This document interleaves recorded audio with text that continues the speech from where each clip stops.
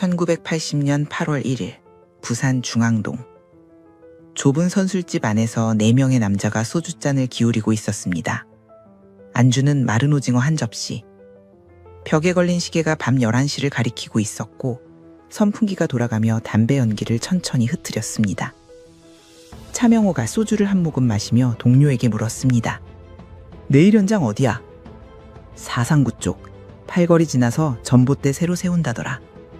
거기면 보스 갈아타야 하는데. 어차피 6시에 나오면 되지 뭐. 대화는 철저히 일상적이었습니다.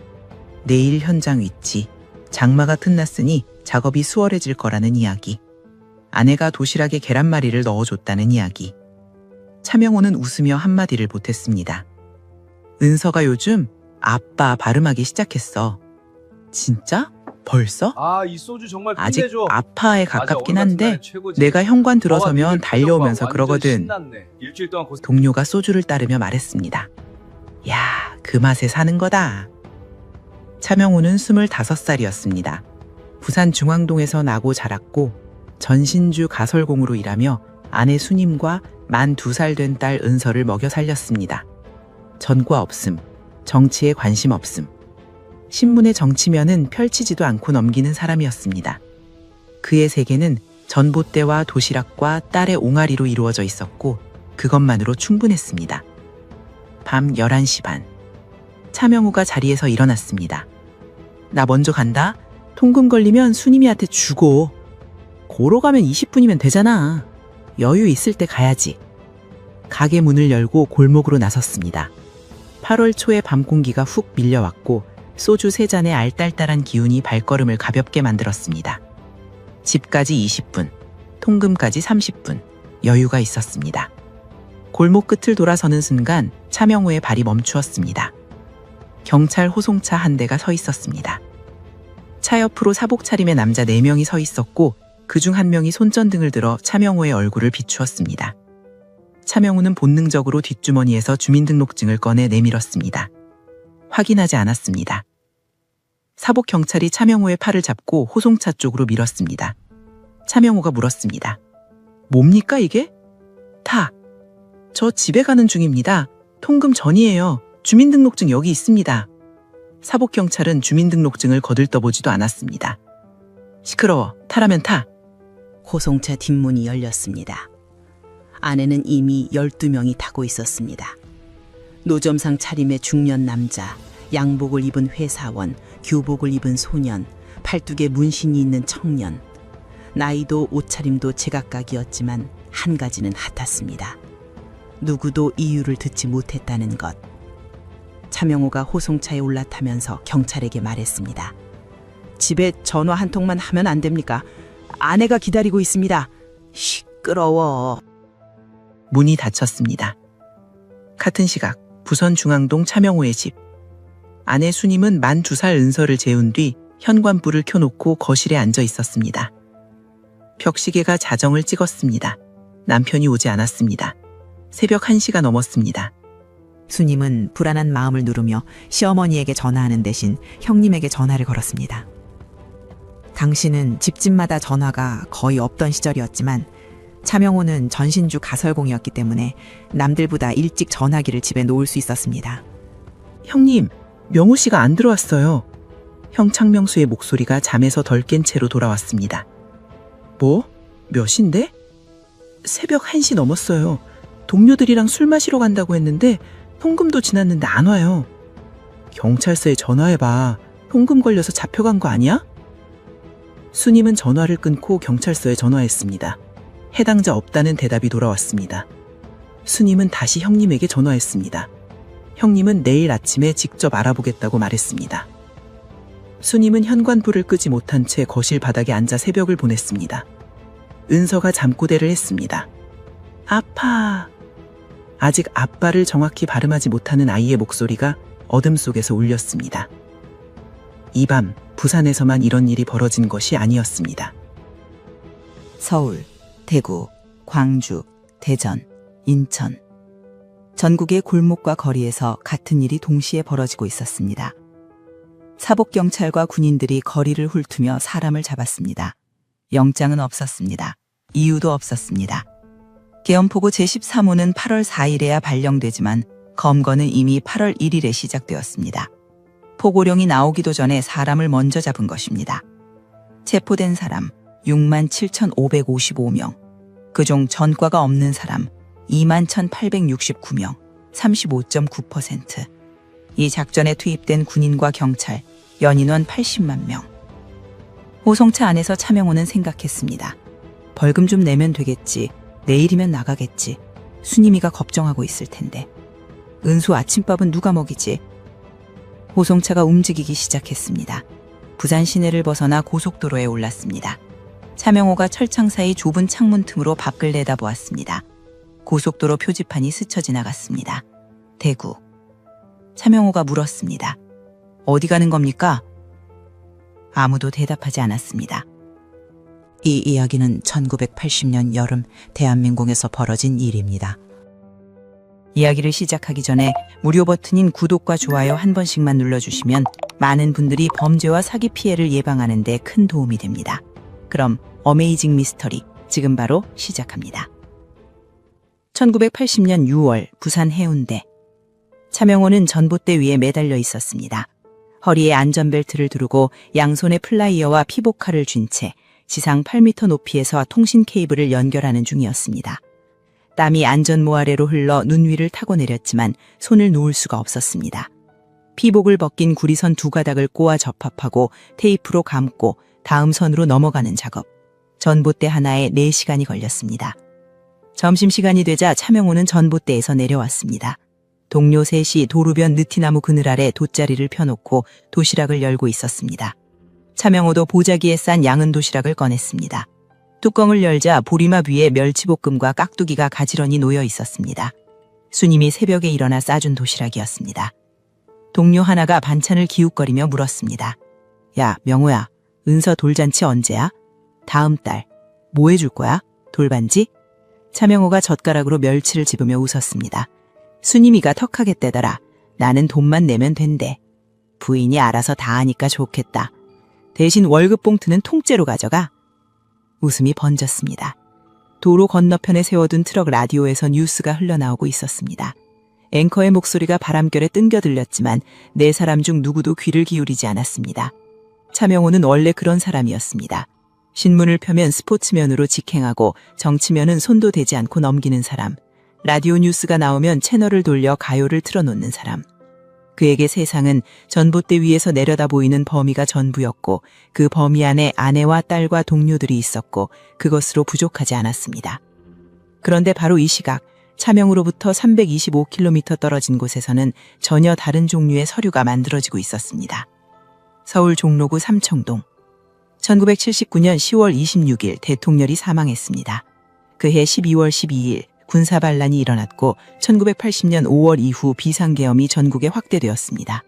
5월 31일 국가보위 비상대책위원회가 설치되었습니다. 그 본부가 자리 잡은 곳이 서울 삼청동이었습니다. 건물의 주소가 이후 벌어질 모든 일의 이름이 됩니다. 7월 10일 국보위 산하 사회정화분과위원회에서 하나의 계획이 기한되기 시작되었습니다. 이름은 삼청계획 5호, 공식 명칭은 불량배 소탕 계획이었습니다. 위원장과 실무간사가 마주 앉아 건거 기준을 작성했습니다. 기준은 이러했습니다. 노상 침뱉기, 야간 통행제 금지 위반, 문신, 주민등록증 미소지, 행색 불량, 외상값 미지급, 그리고 마지막 항목 하나, 동네 이장이 지목한 주민의 지탄을 받는 자. 이 기준 앞에선 안전한 사람은 없었습니다. 주민등록증을 깜빡하고 나오면 잡혀갈 수 있었습니다. 여름밤에 반바지 차림으로 나서면 행색 불량이 될 수 있었습니다. 구멍가게에 외상값이 밀려 있으면 대상이 될 수 있었습니다. 이웃과 사이가 나빠서 이장에게 찍히면 그것만으로 충분했습니다. 차명호는 이 기준의 존재를 알지 못했습니다. 알 방법도 없었습니다. 그는 해운대 현장에서 전봇대 위에 올라가 구리선을 꼬고 있었고 점심에는 아내가 싸준 보리밥 도시락을 먹고 있었고 다음 달 딸의 돌잔치에 떡을 몇 판이나 해야 할지를 고민하고 있었습니다. 7월 중순 부산 중앙동 차명호의 집. 은서의 돌잔치 날이었습니다. 좁은 방에 사람들이 모여 앉았습니다. 형 명수 부부가 와 있었고 동료 2명이 축의금 봉투를 들고 왔고 옆집 아주머니가 미역국 냄비를 들고 나타났습니다. 수님이 떡을 찌고 과일을 깎아 상을 차렸습니다. 방 한가운데 돌잡이 상이 놓였습니다. 실타래, 연필, 1,000원짜리 지폐. 은서가 상 앞에 앉혀졌습니다. 만 2살. 아직 걸음이 불안정해서 엉덩이를 바닥에 붙인 채 2손으로 바닥을 짚고 있었습니다. 사람들이 숨을 죽이고 지켜보았습니다. 은서의 작은 손이 천천히 움직이더니 실타래를 지나치고 지폐를 지나치고 연필을 움켜쥐었습니다. 수님이 박수를 치며 웃었습니다. 공부 잘하려나 보다. 차명호도 웃었습니다. 형 명수가 차명호의 등을 툭 치며 말했습니다. 이제 학비 모아야겠네. 아직 돌인데 벌써 학비 걱정이야, 형. 넌 맨날 그래. 걱정을 안 해. 방 안에 웃음이 번졌습니다. 수님이 떡을 돌리고 은서가 과일을 손에 쥐고 빨았고 옆집 아주머니가 미역국을 한 그릇씩 퍼주었습니다. 창밖으로 부산의 7월 햇살이 들어왔고 좁은 방은 덥고 시끄럽고 사람 냄새로 가득했습니다. 이 방 안에 누구도 이 오후가 이 가족에게 허락된 마지막 평온이라는 것을 알지 못했습니다. 7월 28일 삼청동의 그 건물에서 삼청계획 5호가 상임위원장의 결재를 받았습니다. 43년 뒤인 2023년 12월 진실화해위원회는 이 문서에서 상임위원장의 직인을 확인하게 됩니다. 그러나 1980년 7월에 차명호는 삼청동이라는 지명조차 들어본 적이 없었습니다. 결재가 떨어지자 계획서는 다음 날 계엄사령부로 하달되었습니다. 그리고 전국 각지의 군부대에서 조교들이 차출되기 시작했습니다. 이들은 강도 높은 유격훈련을 받았습니다. 그런데 이상한 점이 있었습니다. 이 준비는 결재가 떨어지기 2, 3개월 전부터 이미 진행되고 있었다는 것입니다. 수용자를 제압하기 위한 몽둥이가 미리 깎여 창고에 쌓여 있었습니다. 숙소가 정비되고 훈련장이 닦여 있었습니다. 서류에 직인이 찍히기도 전에 사람을 가둘 준비는 끝나 있었던 것입니다. 검거는 지역별 할당제로 운영되었습니다. 각 서정의 상부로부터 인원수가 내려왔습니다. 서장은 그 숫자를 채워야 했습니다. 실적이 모자라면 거리에서 눈에 띄는 사람을 아무나 잡게 될 것이었습니다. 동네 이장이 개인적으로 미운 주민을 불량배로 신고하게 될 것이었습니다. 외상값을 받지 못한 가게 주인이 밀린 돈 대신 이름 석자를 넘기게 될 것이었습니다. 7월 말 부산 해운대. 차명호는 전봇대 위에 올라가 있었습니다. 높은 곳에서 바다가 보였습니다. 해운대 백사장 위로 파도가 밀려왔다 빠져나갔고 모래사장 한쪽에서 아이들이 뛰어다니는 것이 까맣게 보였습니다. 바람이 전봇대 위까지 올라와 차명호의 작업복 소매를 펄럭였습니다. 아래에서 동료가 소리쳤습니다. 야 병호야, 다음 달 현장 사상구래. 차명호가 전봇대 위에서 고개를 내밀며 되물었습니다. 사상구? 거기면 버스 2번 갈아타야 하는데? 어쩔 수 없지. 사무실에서 정해준 건데. 차명호는 혀를 차며 머릿속으로 출퇴근 거리를 계산했습니다. 중앙동에서 사상구까지. 버스를 2번 갈아타면 편도 1시간 반. 새벽 5시에 나서야 6시 반까지 현장에 도착할 수 있었습니다. 은서가 깨기 전에 나가야 하니까 얼굴도 못 보겠구나. 수님이한테 도시락 좀 일찍 싸달라고 해야겠다. 이것이 차명호의 걱정의 전부였습니다. 같은 시각, 그로부터 325km 떨어진 삼청동에서는 차명호를 잡아갈 서류에 직인이 찍히고 있었습니다. 차명호의 이름이 적힌 서류는 아니었습니다. 거기에는 이름 대신 숫자가 적혀 있었습니다. 경찰서별 검거 할당 인원, 부산 동네서 몇 명, 중부서 몇 명, 서면서 몇 명.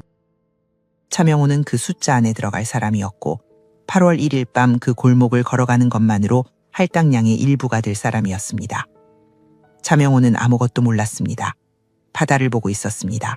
바람을 맞고 있었습니다. 내일 점심에 순이미가 뭘 싸줄지 궁금해하고 있었습니다. 1980년 7월 한 남자가 전봇대 위에서 바다를 보고 있었습니다. 같은 달 325km 떨어진 건물에서 누군가가 서류에 직인을 찍었습니다. 그 직인이 이 남자의 이름을 지울 것입니다. 한 달 뒤의 일이었습니다. 경찰서 유치장 바닥은 시멘트였습니다. 차명호는 벽에 등을 기댄 채 무릎을 세우고 앉아 있었습니다. 호송차에서 내린 뒤 이 유치장에 들어온 것이 새벽 4시쯤이었고 지금은 아침인지 낮인지 알 수 없었습니다. 창문이 없었기 때문입니다. 천장에 형광등만이 노란 빛을 쏟아내고 있었고 그 빛 아래에 수십 명의 남자들이 바닥에 주저앉아 있었습니다. 냄새가 먼저 차명호를 압도했습니다. 땀 냄새, 소주 냄새, 소변 냄새, 담배 냄새가 뒤섞여 숨을 쉴 때마다 목구멍 안쪽이 칼칼해졌습니다. 옆에 앉은 남자의 팔이 차명호의 팔에 닿았고 반대편에서는 누군가가 낮은 소리로 중얼거리고 있었습니다. 나 보내줘. 나 보내줘. 잠꼬대인지 기도인지 분간이 되지 않았습니다. 유치장 한쪽 끝에 철제 책상이 누여 있었고 경찰관 한 명이 앉아 있었습니다. 그 앞에 서류철과 볼펜 그리고 커피잔 하나가 있었습니다. 경찰관은 서류를 뒤적이며 이름을 불렀습니다. 김아무개. 벽 쪽에 앉아있던 남자가 일어섰습니다. 경찰관 앞으로 걸어갔습니다. 직업, 페인트공입니다. 전과, 벌금 한 번 냈습니다. 음주 싸움으로. 경찰관이 서류에 무언가를 적었습니다. 알파벳 한 글자. 남자가 물었습니다. 저 언제 나갑니까? 경찰관은 대답하지 않았습니다. 고개를 들지도 않았습니다. 다음 이름을 불렀습니다. 변호인 접견은 없었습니다. 재판 일정도 없었습니다. 이 일을 제기할 수 있는 창구도 전화를 걸 수 있는 곳도 가족에게 연락할 방법도 없었습니다. 경찰관은 이름을 부르고 질문 2-3개를 던지고 종이에 알파벳을 적었습니다. A, B, C, D. 4글자 중 하나. 그것이 한 사람의 운명을 결정하는 전부였습니다. 차명호의 차례가 왔습니다. 차명호. 차명호가 일어서서 책상 앞으로 갔습니다. 경찰관은 서류를 보고 있었고 차명호의 얼굴을 올려다보지 않았습니다. 직업. 전신주 가설공입니다. 전과. 없습니다. 경찰관이 볼펜을 들어 서류 한 칸에 글자를 적었습니다. 차명호는 경찰관의 손끝을 보았습니다. B. 경찰관은 볼펜 뚜껑을 닫고 다음 서류를 꺼냈습니다. B가 뭡니까? 경찰관이 처음으로 차명호를 올려다보았습니다. 짧은 시선이 마주쳤지만 거기에는 아무런 감정도 없었습니다. 돌아가서 앉아. 차명호는 자리로 돌아왔습니다. 옆에 앉아있던 50대 남자가 차명호를 쳐다보았습니다. 얼굴이 검게 탄 것으로 보아 농사 짓는 사람이었습니다. 남자가 낮은 목소리로 물었습니다. 당신도 B야? 네, 아저씨는요? 나도 B. 남자가 고개를 저으며 말했습니다. 이장한테 빌린 돈을 안 갚았다고 신고당한 거야. 30만 원. 올 가을 추수하면 갚으려고 했는데. 그걸로 여기까지 온 겁니까? 경찰서에서 이야기하면 풀어줄 줄 알았지. 사정 설명하면 되는 줄 알았어. 남자의 손이 무릎 위에서 떨리고 있었습니다. 근데 사정을 들어주는 사람이 한 명도 없어. 차명우는 대답하지 못했습니다. 자기도 마찬가지였기 때문입니다. 소주 3잔 마시고 집에 걸어가다 잡혔습니다. 통금 전이었습니다. 주민등록증도 가지고 있었습니다. 그런데 여기 앉아 있었습니다. 이유를 묻는 것 자체가 의미 없는 곳이었습니다. 오후가 되자 유치장 분위기가 달라졌습니다. 경찰관이 이름을 부르기 시작했는데 이번에는 다른 방식이었습니다. D급 퇴실 준비. 유치장 한쪽에 앉아있던 사람들이 하나둘 일어섰습니다. 10명, 20명, 30명. 그들이 유치장 문을 향해 걸어갔습니다. 문이 열렸고 바깥에 햇빛이 쏟아져 들어왔습니다. 나가는 사람들의 얼굴에는 안도와 불안이 뒤섞여 있었습니다. 한 남자가 문턱을 넘으면서 뒤를 돌아보았습니다. 유치장 안에 남겨진 사람들의 눈과 마주쳤습니다. 그 시선이 1초쯤 머물렀다가 돌아갔고 남자는 문 밖으로 사라졌습니다. 차명호는 나가는 사람들을 지켜보았습니다. 1명, 2명, 3명. 문이 열릴 때마다 바깥에 빛이 들어왔다가 문이 닫히면 다시 형광등만 남았습니다. 차명호의 이름은 불리지 않았습니다. 옆에 농부도, 앞줄에 페인트 공도, 뒷줄에서 중얼거리던 남자도 불리지 않았습니다. 전국에서 D급으로 분류되어 훈방된 사람은 17,761명이었습니다. 그들은 문을 나서는 순간 자유를 되찾았습니다. 남겨진 사람들에게 그 문은 다시 열리지 않았습니다. 차명우는 닫힌 문을 바라보며 처음으로 생각했습니다. 왜 나는 안 되는 거지? 전과도 없고 술 마시고 걸어가다 잡힌 것뿐인데 왜 저 사람들은 나가고 나는 여기 앉아 있는 거지? 한편 부산의 거리에서는 아내 수님이 남편을 찾아 걸어다니고 있었습니다. 형 명수가 함께였습니다. 두 사람은 아침부터 경찰서를 돌았습니다. 동네 경찰서, 중부경찰서, 서면경찰서. 접수창구에 서서 수님이 남편의 이름을 댔습니다. 돌아오는 대답은 한결같았습니다. 해당자 없습니다. 명수가 물었습니다. 영장 번호를 알려주십시오. 경찰이 고개를 저었습니다. 영장으로 체포된 게 아닙니다. 수님이 한 발 앞으로 나서며 물었습니다. 그러면 뭘로 잡아간 겁니까? 대답이 없었습니다. 경찰은 다음 사람을 불렀고 수님과 명수는 창구 앞에 서 있었습니다. 뒤에서 기다리는 사람들이 쳐다보았지만 수님은 움직이지 않았습니다. 남편이 살아있는지 죽었는지도 모릅니다. 어디 있는지만이라도 알려주세요. 경찰이 수님을 올려다보았습니다.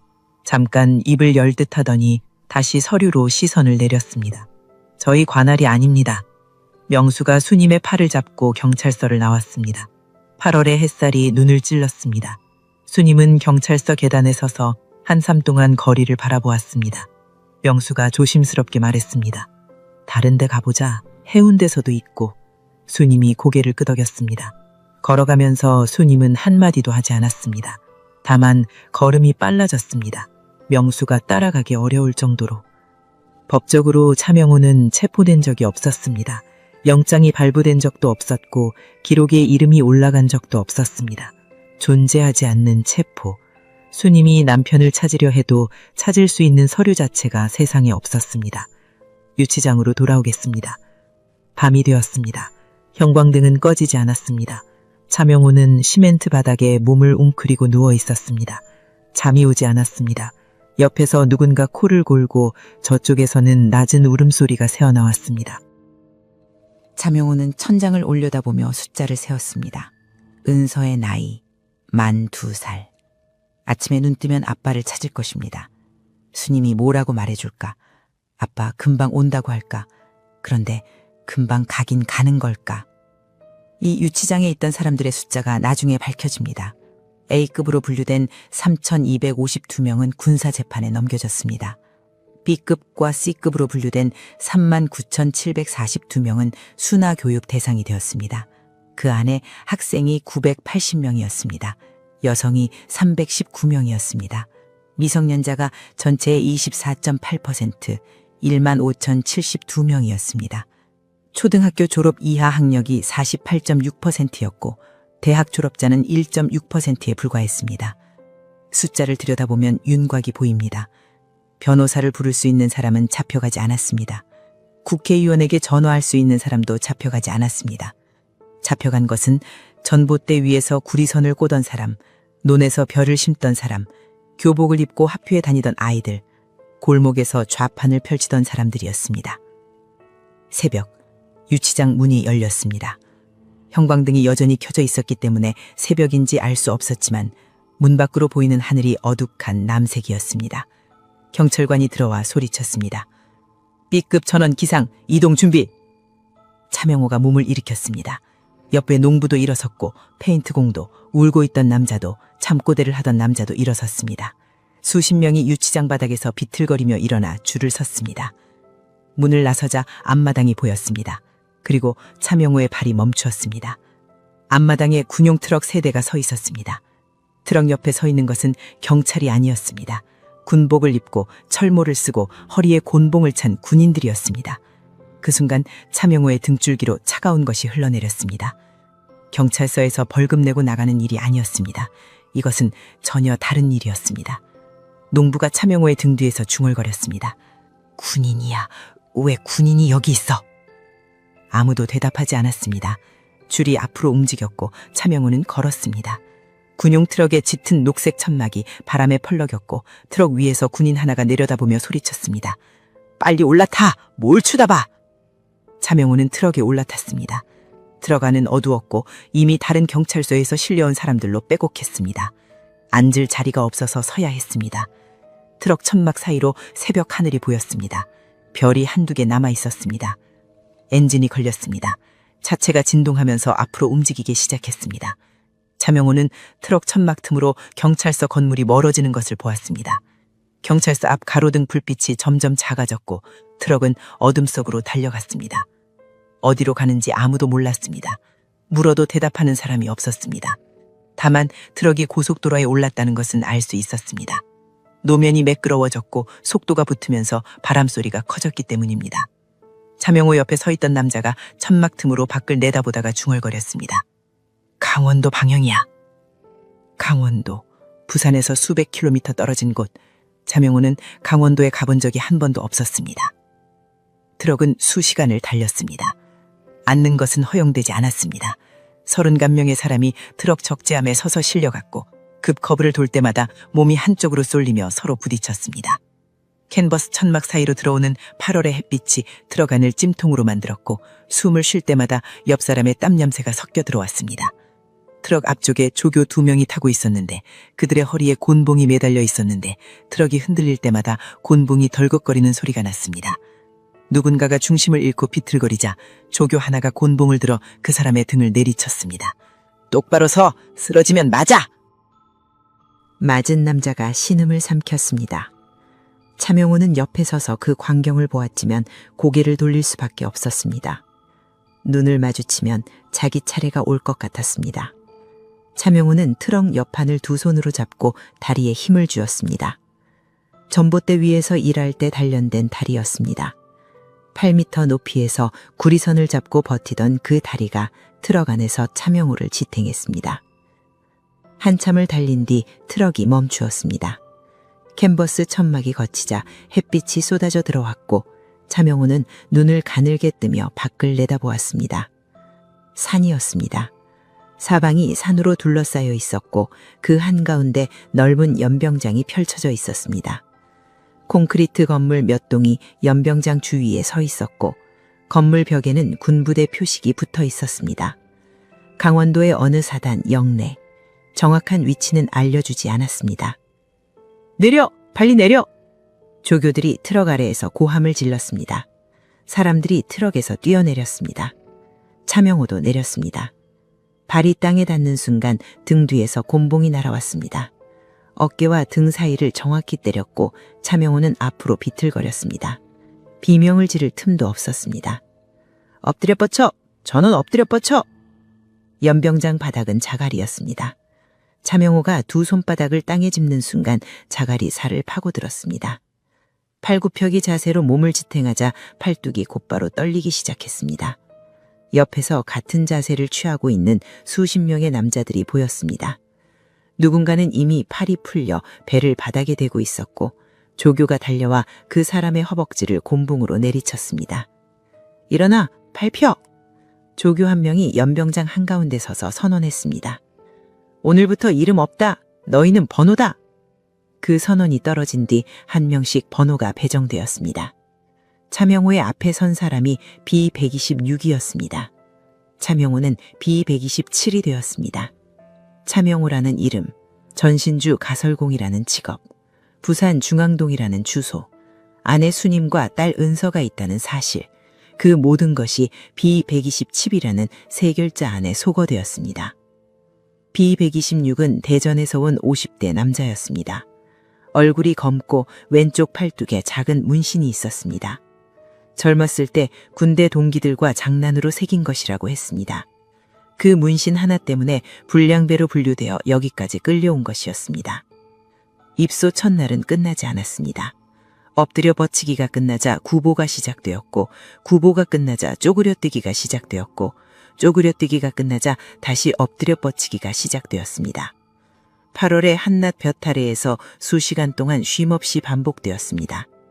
조교들은 돌아가며 곤봉을 휘둘렀고 속도가 느린 사람, 자세가 흐트러진 사람, 고개를 든 사람이 맞았습니다.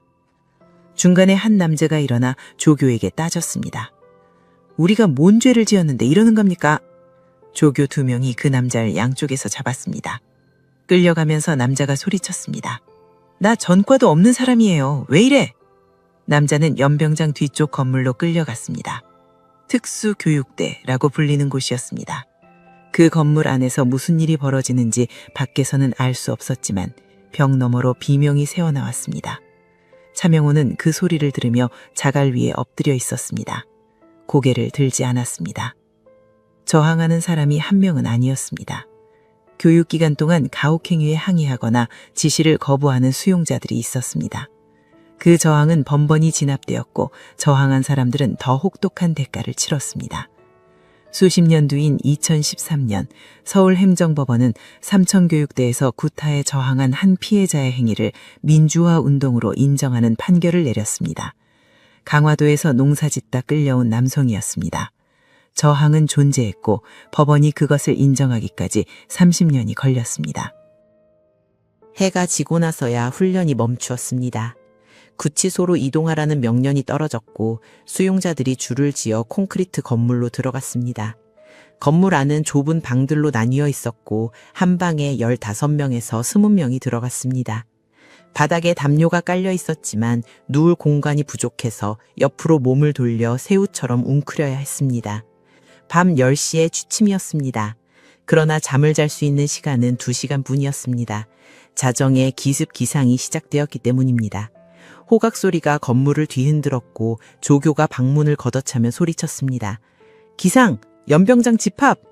자정부터 30분간 PT 체조와 팔굽혀펴기, 다시 방으로 돌아와 1시간 반을 눕습니다.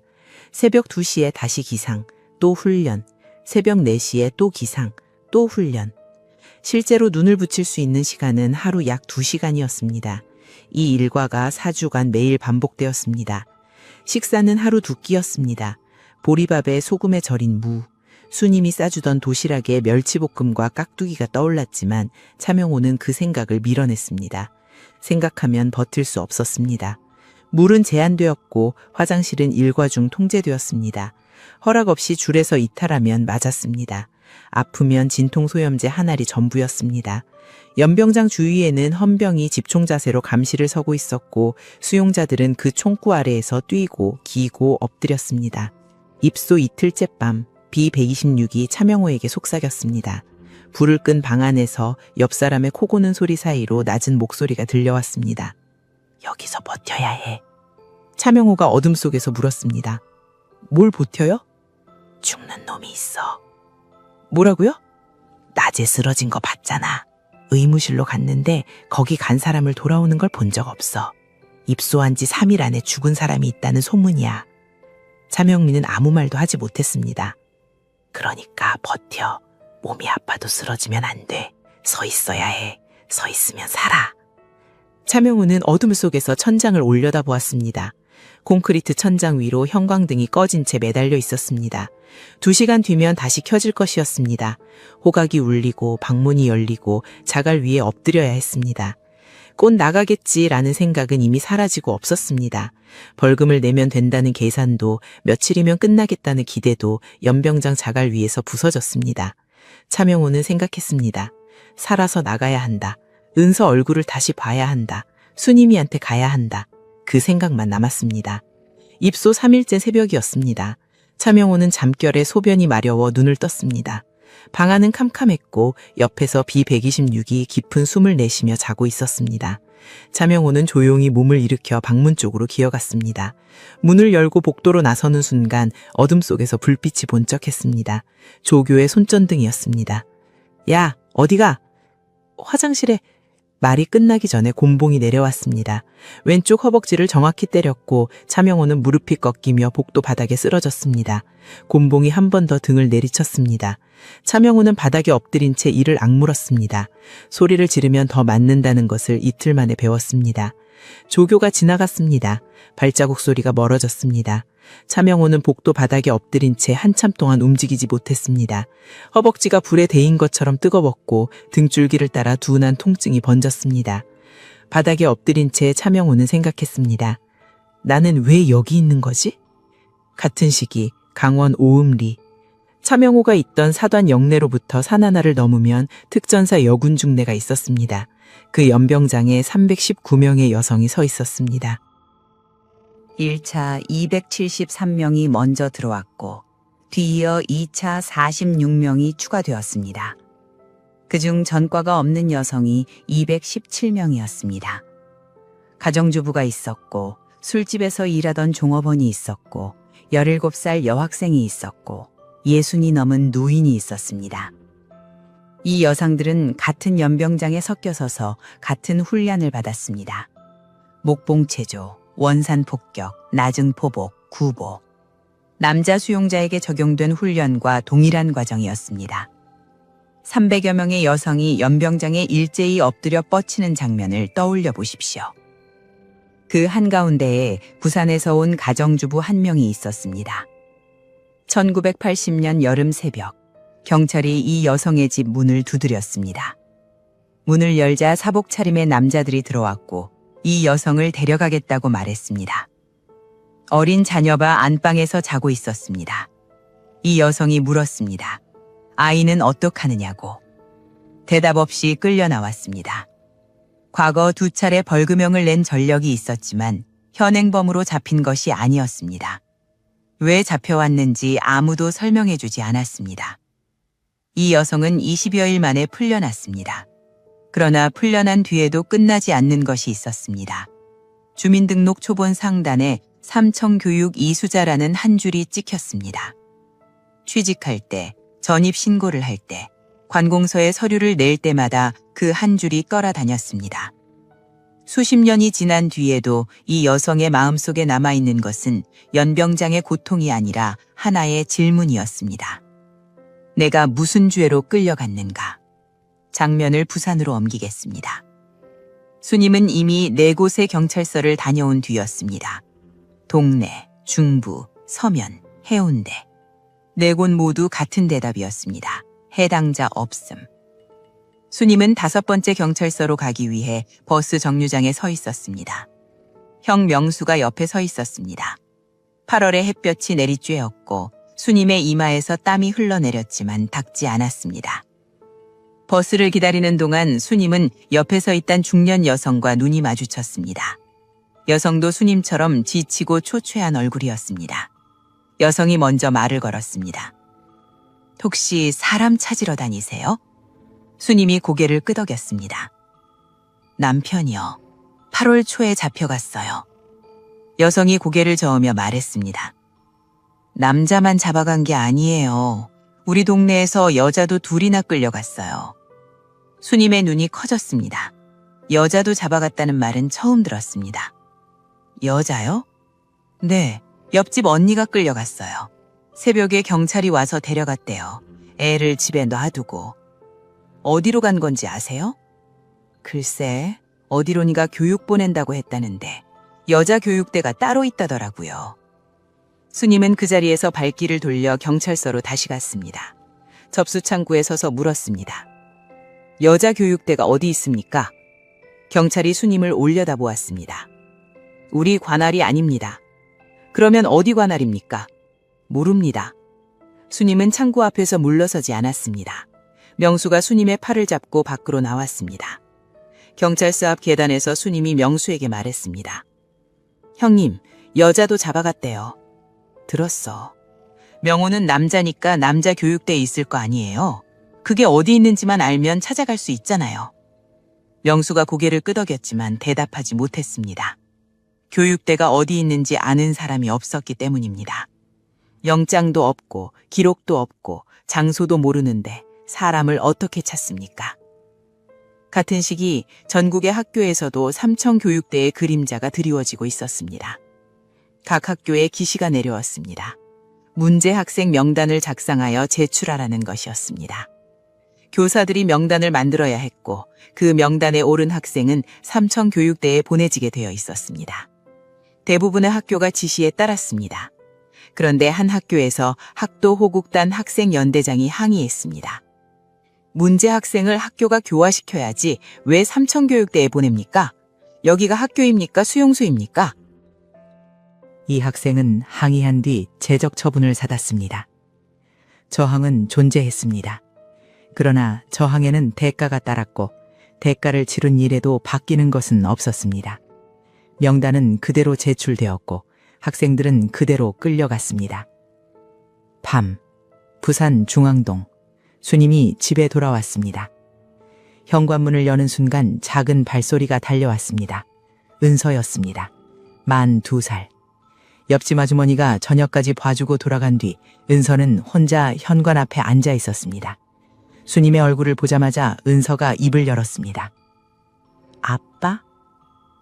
수님의 걸음이 멈추었습니다. 은서는 엄마가 돌아오면 아빠도 함께 올 거라고 생각한 것이었습니다. 수님은 아무 말도 하지 못한 채 은서를 안아 올렸습니다.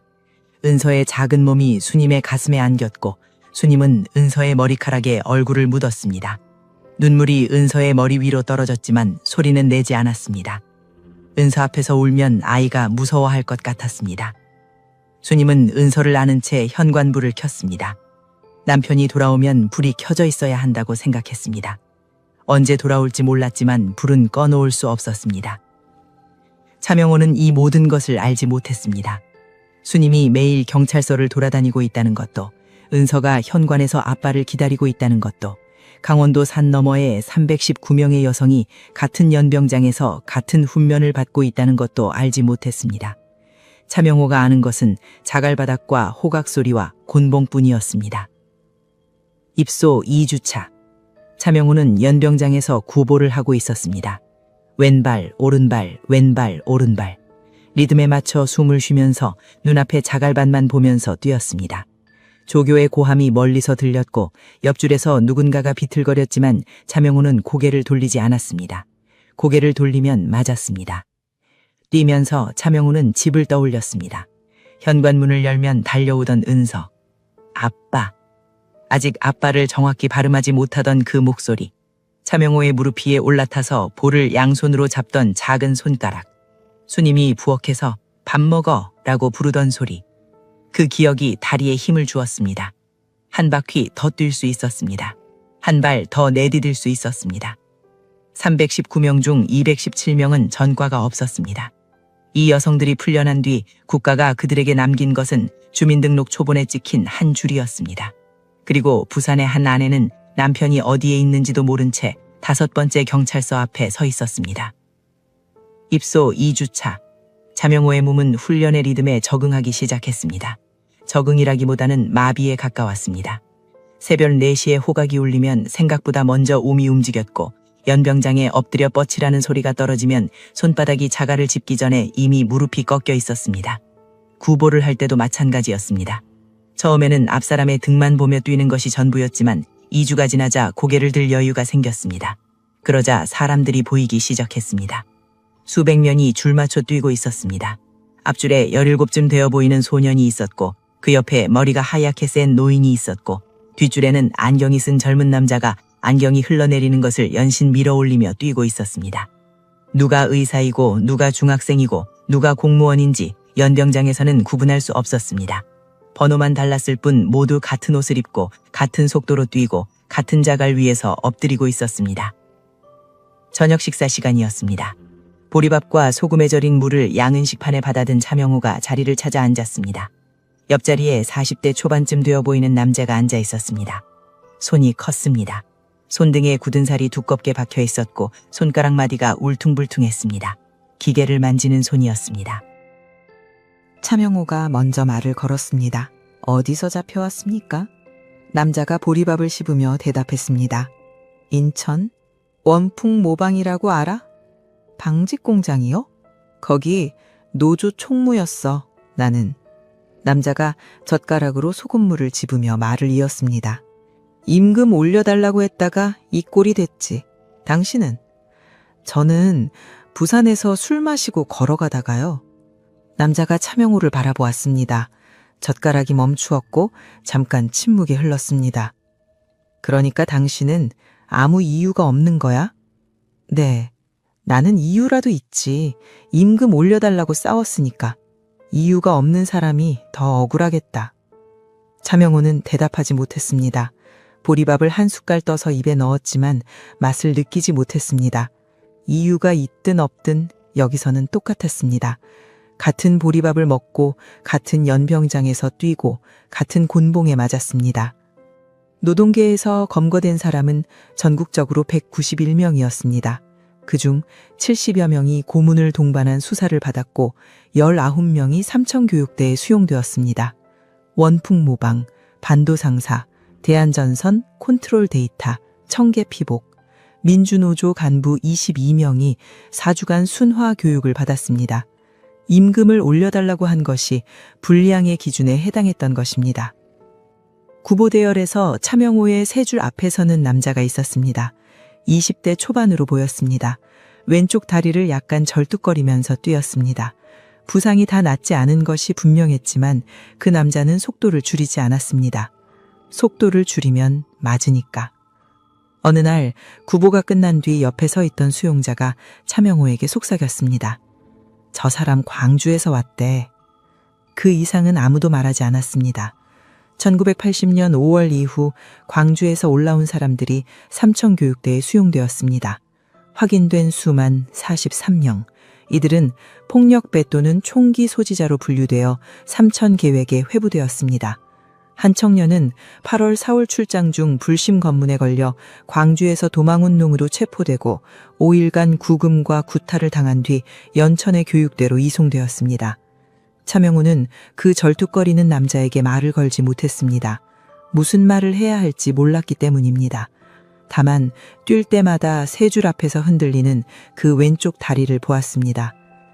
교육대에는 어울리지 않아 보이는 사람도 있었습니다. 50대 후반쯤 되어 보이는 남자. 체격이 크고 말투가 또렷했습니다. 구보를 할 때도 자세가 흐트러지지 않았습니다. 무엇보다 특이한 것은 이 남자가 고개를 숙이지 않는다는 것이었습니다. 조교가 고개 숙여! 라고 소리치면 잠깐 숙였다가 조교가 지나가면 다시 고개를 들었습니다. 나중에 차명호는 이 남자가 지역 방송사를 운영하던 사람이라는 것을 알게 됩니다. 수번 524번.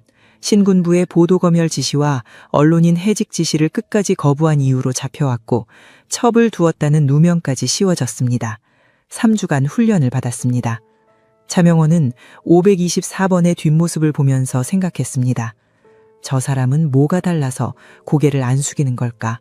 나는 곤봉이 무서워서 땅만 보고 뛰는데 저 사람은 맞으면서도 고개를 든다. 구보가 끝난 뒤 잠깐의 정리 시간이 주어졌습니다. 차명호가 연병장 가장자리에 앉아 숨을 고르고 있을 때 옆에 앉은 노인이 혼잣말처럼 중얼거렸습니다. 사람이 왜 이리 많아? 차명호가 물었습니다. 여기 왜 이렇게 사람이 많습니까? 노인이 차명호를 돌아보며 말했습니다. 경찰서마다 잡아오는 숫자가 정해져 있다더라. 숫자요? 우리 동네 이장이 나를 넣었어. 내가 땅 경계 문제로 이장하고 싸웠거든. 그래서 여기 온 겁니까? 그래서 여기 왔지. 차명호는 아무 말도 하지 못했습니다. 빌린 돈 때문에 잡혀온 농부가 있었고 임금 인상을 요구했다가 잡혀온 노조 간부가 있었고 광주에서 왔다는 이유로 잡혀온 청년이 있었고 검열을 거부했다가 잡혀온 방송사 사장이 있었고 이장과 싸웠다가 잡혀온 노인이 있었습니다. 그리고 소주 3잔 마시고 걸어가다 잡혀온 차명호가 있었습니다. 이유가 있든 없든 여기서는 모두 번호였습니다.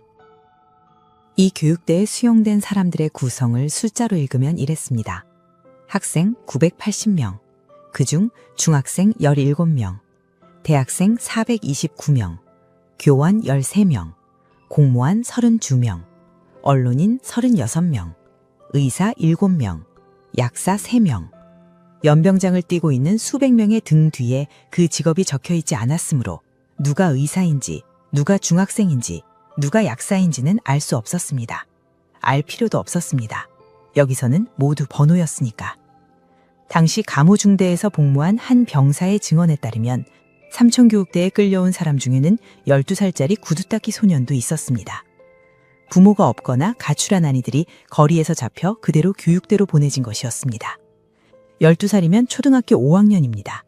그 아이가 연병장에서 엎드려 뻗치기를 하고 자갈 위를 포복하고 보리밥에 소금물을 먹었습니다. 저녁 구보 시간이었습니다. 차명호가 뛰면서 앞줄을 바라보았습니다. B126이 보였습니다. 대전에서 온 50대 남자. 문신 하나 때문에 여기까지 끌려온 사람. 입소 첫날 밤 여기서 버텨야 해 라고 속삭이던 사람. B126의 속도가 느려지고 있었습니다. 어깨가 들썩이며 거친 숨소리가 등 뒤까지 들렸습니다. 발이 자갈 위에서 질질 끌리기 시작했습니다. 옆줄에서 뛰던 노조 간부가 차명호에게 눈짓을 보냈습니다. 고개를 B126 쪽으로 까닥이며 입모양으로 말했습니다. 저 사람 위험해 보여. 차명호는 B126의 등을 보았습니다. 땀에 젖은 등이 들썩거렸습니다. 숨을 쉴 때마다 어깨가 올라갔다 내려갔고 그 간격이 점점 짧아지고 있었습니다. 입소 3주차 새벽. 차명호는 호각 소리에 눈을 떴습니다. 매일 같은 시각, 같은 소리에 같은 반응을 하는 것이 몸에 박혀 있었으므로 눈을 뜨자마자 몸을 일으켰습니다. 그런데 옆에서 움직임이 없었습니다. B126이 누워 있었습니다. 담요를 가슴까지 끌어올린 채 천장을 향해 눈을 감고 있었습니다. 차명호는 처음에 깊이 잔다고 생각했습니다. 어깨를 흔들었습니다. 일어나세요. 기상입니다. 대답이 없었습니다. 차명호는 다시 흔들었습니다. B126의 어깨에 손이 닿았습니다. 체온이 느껴지지 않았습니다. 차명호의 손이 멈추었습니다. 옆에 있던 수용자가 차명호를 보더니 조교를 불렀습니다. 조교 2명이 달려왔습니다. B126의 손목을 잡아보고 목에 손을 대어보고 서로 눈을 마주치더니 고개를 끄덕였습니다. 들것이 왔습니다. 두 사람이 B126의 몸을 들어올려 들것에 눕혔습니다. 담요가 바닥에 떨어졌습니다. B126의 얼굴은 평온해 보였습니다. 고통스러운 표정이 아니었습니다. 잠든 사람 같았습니다. 다만 깨어나지 않을 뿐이었습니다. 들것이 방 밖으로 나갔습니다. 문이 닫혔습니다. 설명은 없었습니다. 사인이 무엇인지, 시신이 어디로 가는지, 가족에게 연락이 가는지 아무것도 알려주지 않았습니다. 5분 뒤 기상호각이 울렸습니다. 전원 연병장 집합. 수용자들이 일어나 줄을 지어 밖으로 나갔습니다. 차명호도 나갔습니다. 연병장에 엎드려 뻗치고 구보를 시작했습니다. B126이 뛰던 자리는 비어 있었습니다. 그 빈자리를 뒤에서 뛰던 사람이 한 걸음 앞으로 나와 채웠고 대열은 정렬되었습니다. 흔적이 사라지는데 걸린 시간은 한 바퀴도 되지 않았습니다. 아무도 B126에 대해 이야기하지 않았습니다. 입소 3일 이내에 사망한 수용자가 12명이었습니다. 도착하자마자 기선제 앞 구타를 당하고 체력이 견디지 못해 쓰러진 사람들이었습니다. 이들에게 제때 의료 조치가 이루어지지 않았습니다. 진통소염제 한 알이 의료의 전부였던 곳에서 심장이 멈추는 것을 막을 수 있는 것은 아무것도 없었습니다. 1988년 국정감사에서 국방부가 보고한 공식 사망자는 54명이었습니다. 질병으로 사망한 사람이 36명이었습니다. 폐렴 9명, 급성 심부전 7명, 나머지 20명은 감염과 장기 부전이었습니다. 구타로 사망한 사람이 10명이었습니다. 총기 사고로 사망한 사람이 3명이었습니다. 안전사고 2명, 자살 2명, 원인 미상 1명, 합하면 54명. 국방부는 이 숫자를 국정감사석상에서 읽어내려갔습니다.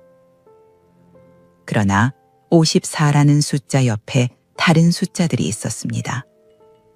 피해자 단체가 접수한 후유증 사망자는 397명이었습니다. 교육대를 나온 뒤 몸과 마음이 버티지 못해 세상을 떠난 사람들. 부상과 상해를 입은 사람은 2,768명에서 3,697명.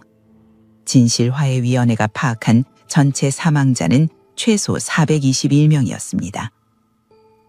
그러나 421명이라는 숫자조차 실제와 다를 수 있다는 증언이 있었습니다. 경기도 파주 1사단에서 삼청교육 조교로 복무한 한 군인은 언론 인터뷰에서 자신이 속한 연대에서만 2자릿수에 달하는 수용자가 구타로 사망했다고 증언했습니다. 그런데 국방부가 발표한 1사단 공식 사망자는 3명이었습니다. 이 조교는 사망자의 시신이 부대 인근의 비밀리에 매장되었다고 말했습니다. 공식 숫자와 현장 증언 사이에 상당한 괴리가 존재하는 것입니다. 실제로 얼마나 많은 사람이 죽었는지, 그 시신이 어디에 있는지 지금까지도 완전히 밝혀지지 않았습니다. 54명이 아니라 421명, 그런데 이 421명을 죽게 만든 쪽에 대한 처벌은 이러했습니다. 가해 군인 중 8명이 유죄 판결을 받았습니다. 형량은 징역 1년 6개월에서 4년. 그런데 그중 7명은 부대 지휘관의 재량으로 열흘 이내에 형 집행이 면제되었습니다. 판결을 받은 다음 날 석방된 사례도 있었습니다. 사람이 죽었는데 열흘을 채우지 못한 것입니다. 차명우는 그런 숫자를 알지 못했습니다. 그가 아는 것은 하나뿐이었습니다. 옆에서 잠을 자던 사람이 아침에 깨어나지 못했다는 것. 구보가 끝난 뒤 차명우는 연병장 가장자리에 서서 생각했습니다. 나도 여기서 죽을 수 있다. 새벽에 눈을 감으면 아침에 눈을 뜨지 못할 수 있다. 그러면 어떻게 되는 거지? 들것에 실려나가고 5분 뒤에 호각이 울리고 내 자리를 뒷사람이 채우고 아무도 이야기하지 않겠지. 수님은 모를 것입니다. 은서도 모를 것입니다. 차명우가 어디서 죽었는지, 시신이 어디에 있는지 아무도 알려주지 않을 것입니다. 영장 없이 잡혀왔으니 기록도 없을 것이고 죽음도 기록되지 않을 것입니다. 차명우는 손을 내려다보았습니다. 차갈에 긁혀 손바닥이 까져 있었고 구리선을 잡던 손가락에는 굳은 살 위로 새 상처가 겹쳐 있었습니다. 이 손으로 전봇대 위에서 통신선을 연결하던 것이 한 달 전이었습니다. 이 손으로 은서의 돌잡이상 위에 연필을 올려놓아 준 것이 2달 전이었습니다. 저녁, 조교가 차명우를 빌렀습니다. B126, 자리 정리해. 차명우는 구치소 안에 B126이 있던 자리로 갔습니다. 담요가 그대로 놓여 있었습니다. 아침에 들것으로 옮길 때 바닥에 떨어진 그 담요. 차명우는 담요를 집어들었습니다. 접으려고 양쪽 끝을 잡는데 손이 떨렸습니다. 담요를 접다가 안쪽 면에 무언가가 보였습니다. 볼펜으로 작게 쓴 글씨. 차명우는 눈을 가까이 대었습니다. 대전 서구 둔산동 최정수. 아들 이름 최진우. B126이 남긴 유일한 흔적이었습니다. 번호로 불리던 사람이 담요 안쪽에 자기 이름을 적어 놓은 것입니다. 여기서 죽으면 아무도 자기 이름을 모를 테니까 아들은 이름이라도 어딘가에 남겨놓으려 했던 것입니다. 차명우는 담요를 접었습니다. 조교에게 건넸습니다. 조교가 담요를 받아들고 창고 쪽으로 걸어갔습니다. 차명우는 그 뒷모습을 보면서 생각했습니다. 둔산동의 아들은 아버지가 어디서 죽었는지 알게 될까? 4주가 지났습니다. 순화교육의 마지막 날이었습니다. 연병장의 수용자들이 정렬했고 조교가 번호를 부르기 시작했습니다. 번호가 불린 사람은 앞으로 나왔고 불리지 않은 사람은 제자리에 서 있었습니다. 앞으로 나온 사람들은 석방 대상이었습니다. 뒤에 남은 사람들은 아니었습니다. B127. 차명우가 한 발 앞으로 나섰습니다. 심장이 뛰었습니다. 나가는 건가? 집에 가는 건가? 조교가 명단을 읽었습니다. 근로봉사 대상, 이동 준비. 차명우의 발이 굳었습니다. 근로봉사, 풀려나는 것이 아니었습니다. 4주의 순화교육이 끝이 아니라 다음 단계의 시작이었던 것입니다. 차명우는 계자리에 서서 움직이지 못했습니다. 뒤에서 조교가 등을 밀었습니다. 빨리 움직여. 강원도 전방사단. 차명우는 미순하자 1만 16명 중 하나로 분류되어 강제 노역 현장에 투입되었습니다. 전술도로 보수, 진지 구축, 통신선 매설. 작업 목록이 나열되었을 때 차명우의 눈이 한 곳에서 멈추었습니다. 통신선 매설. 그는 전신주 가설공이었습니다. 통신 케이블을 연결하는 기술이 있었습니다. 차명우는 통신선 작업반에 배치되었습니다. 민간인이었을 때 이 기술로 월급을 받았습니다. 수님에게 생활비를 넘기고 은서의 분유를 사고 형에게 술을 사는 돈이 거기서 나왔습니다. 같은 기술이 강제노역에 쓰일 때는 아무것도 주어지지 않았습니다. 월급도 식비도 감사의 말도 없었습니다. 차명우는 전봇대 위에 올라가 구리선을 잡고 피복을 벗기고 접합하고 페이프를 감았습니다. 해운대 현장에서 하던 것과 똑같은 동작이었습니다. 다만 안전벨트가 없었고 장갑이 없었고 점심시간에 수님이 싸준 도시락이 없었습니다. 11월이 되자 기온이 영하로 떨어졌습니다. 방한복은 지급되지 않았습니다. 차명호의 손가락 끝이 갈라지기 시작했습니다. 피가 배어 나왔고 통신선 피복을 벗기는 작업에 손이 굳으면 안 되는데 손이 굳었습니다. 손가락을 구부리면 갈라진 틈에서 통증이 올라왔지만 멈출 수 없었습니다. 멈추면 맞았습니다. 어느 날 오후 옆에서 삽질을 하던 남자가 삽을 잡은 채 앞으로 쓰러졌습니다. 얼굴이 흙 위에 박혔습니다. 조교가 달려와 소리쳤습니다. 일어나! 남자는 일어나지 못했습니다. 들것이 왔고 남자는 실려갔습니다. 차명호는 삽이 떨어진 자리를 바라보았습니다. 흙 위에 삽 자국과 남자의 얼굴 자국이 나란히 찍혀 있었습니다. 그 남자를 다시 볼 수 없었습니다. 1981년 1월 24일 자정 계엄이 해제되었습니다. 라디오에서 뉴스가 흘러나왔습니다. 작업장 한쪽에 놓인 조교용 라디오에서 앵커의 목소리가 새어나왔고 수용자 몇 명이 고개를 들었습니다. 계엄이 풀렸대. 누군가가 물었습니다. 그러면 우리도 나가는 거 아닙니까? 조교가 대답했습니다. 작업 계속. 아무것도 달라지지 않았습니다. 해가 뜨면 삽을 들고 나가고 해가 지면 막사로 돌아오고 새벽에 호각이 울리면 다시 나갔습니다. 계엄이 풀렸다는 말은 라디오 속에만 존재했고 차명호가 서 있는 현실에서는 하나도 변하지 않았습니다. 차명호는 이 순간 이해했습니다. 자신을 잡아온 것은 계엄이라는 이름이었지만 자신을 놓아주지 않는 것은 이름조차 없는 무언가였습니다. 법이 아닌 것으로 잡혀왔으니 법이 바뀌어도 풀려나지 않는 것이었습니다. 계엄 해제 8일 전인 1월 16일 사회보호위원회가 7,578명에게 보호감호 처분을 내렸습니다.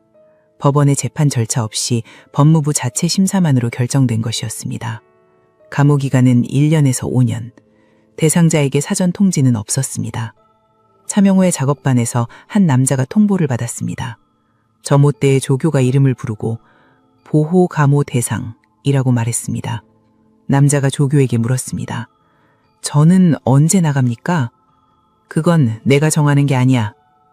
남자의 얼굴에서 표정이 사라졌습니다. 눈동자가 멈추었고 입이 반쯤 벌어진 채 닫히지 않았습니다. 차명호는 그 얼굴을 바라보았습니다. 내일 아침 점호대에 자기 이름이 불릴 수도 있다는 공포가 매일 눈을 뜰 때마다 찾아왔습니다. 차명호는 보호감호 대상에서 빠졌습니다. 그러나 함께 노역하던 동료 중 2,416명이 청송 보호감호소로 이송되었습니다. 트럭이 떠나는 날 차명호는 작업장 한쪽에 서서 트럭을 바라보았습니다. 트럭 위에 실린 사람들의 얼굴이 보였습니다. 며칠 전까지 같이 삽을 잡고 도로를 깔던 사람들이었습니다. 그중 한 사람이 차명호를 보았습니다. 눈이 마주쳤습니다. 두 사람 모두 아무 말도 하지 못했습니다. 트럭이 움직이기 시작했고 얼굴이 멀어졌고 먼지가 일었습니다. 구보대열에서 왼쪽 다리를 절뚝거리며 뛰던 그 청년도 이 트럭에 실렸습니다. 4주 순화교육, 6개월 근로봉사를 거쳐 청송으로 갔습니다. 1982년 11월까지 수용되었습니다. 체포부터 출감까지 약 2년 3개월. 출감 후 정신질환이 발병했습니다. 1981년 3월 차명호가 석방되었습니다. 체포된 지 7개월 만이었습니다. 군용 트럭이 아니라 시외버스를 타고 부산으로 돌아왔습니다. 버스비는 본인 돈으로 냈습니다. 주머니에 있던 돈으로 표를 끊었습니다. 버스 창밖으로 강원도의 산이 지나가고 충청도의 논이 지나가고 경상도의 들판이 지나갔습니다. 차명호는 창밖을 보지 않았습니다. 두 손을 무릎 위에 올려놓고 갈라진 손가락을 내려다보고 있었습니다. 부산 중앙동 골목에 들어섰습니다.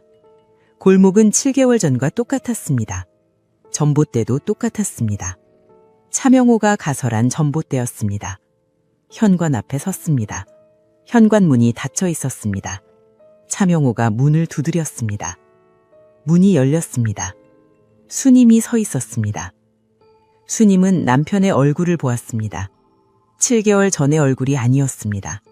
광대뼈가 튀어나와 있었고 눈이 움푹 들어가 있었고 볼이 꺼져 있었습니다.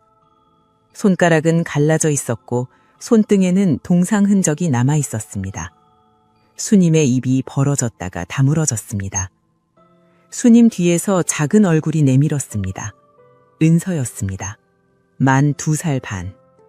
7개월 전에는 아빠를 겨우 발음하기 시작한 아이가 이제 또렷하게 말을 하고 서서 걷고 현관까지 달려나올 수 있게 되어 있었습니다. 차명호가 보지 못한 7개월 동안 은서는 자랐습니다. 은서가 차명호를 올려다보았습니다. 그리고 울음을 터뜨렸습니다. 낯선 남자였기 때문입니다. 만 2살 아이에게 7개월은 아빠의 얼굴을 잊기에 충분한 시간이었습니다.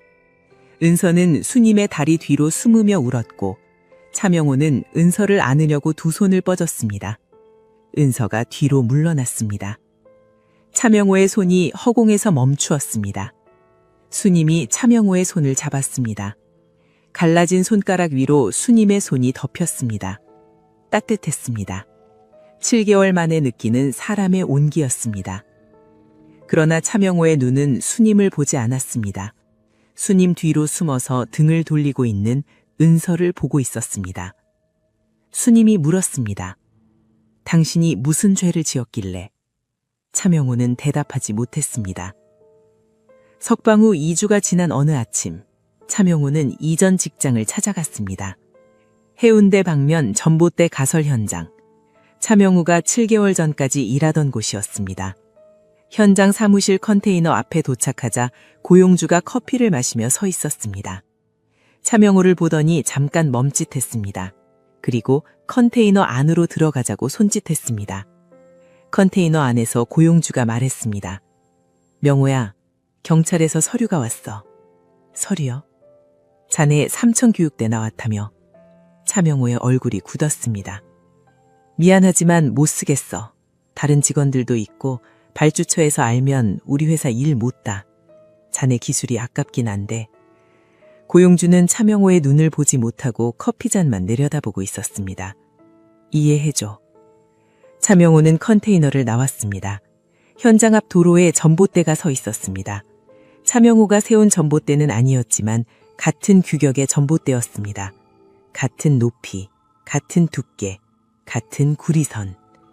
차명호는 그 전봇대를 올려다보다가 고개를 돌리고 걸어갔습니다. 국보위는 퇴소 시 전과 말소와 직업보도, 사회갱생을 약속했습니다.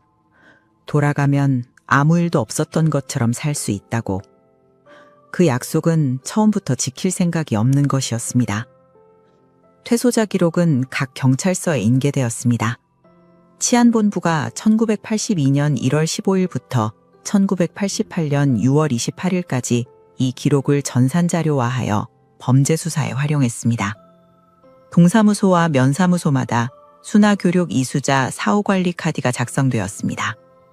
차명호가 이사를 가면 전입지 동사무소에서 같은 카드가 새로 만들어졌습니다.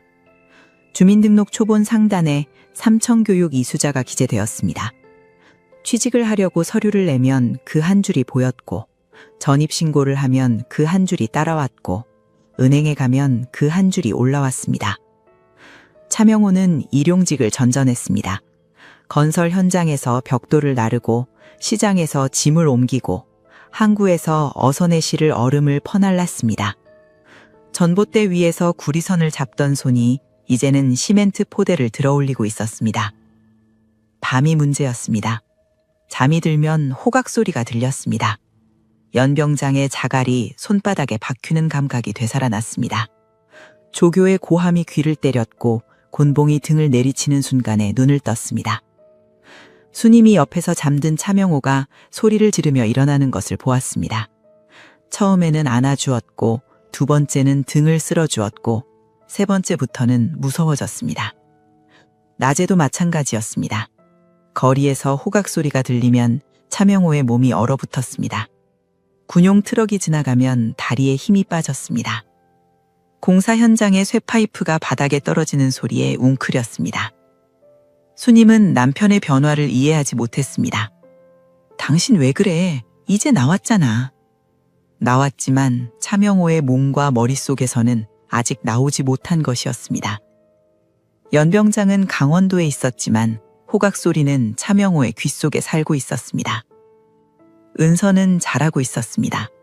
동네 골목에서 뛰어놀고 옆집 아이들과 어울리기 시작했습니다. 그런데 어느 날 은서가 집에 들어오면서 수님에게 물었습니다. 엄마, 아빠가 감옥에 갔다 왔어? 수님의 손에서 행주가 떨어졌습니다. 누가 그래? 옆집 현이 엄마가 현이한테 그랬대. 은선의 아빠 감옥에 갔다 온 사람이니까 같이 놀지 말라고.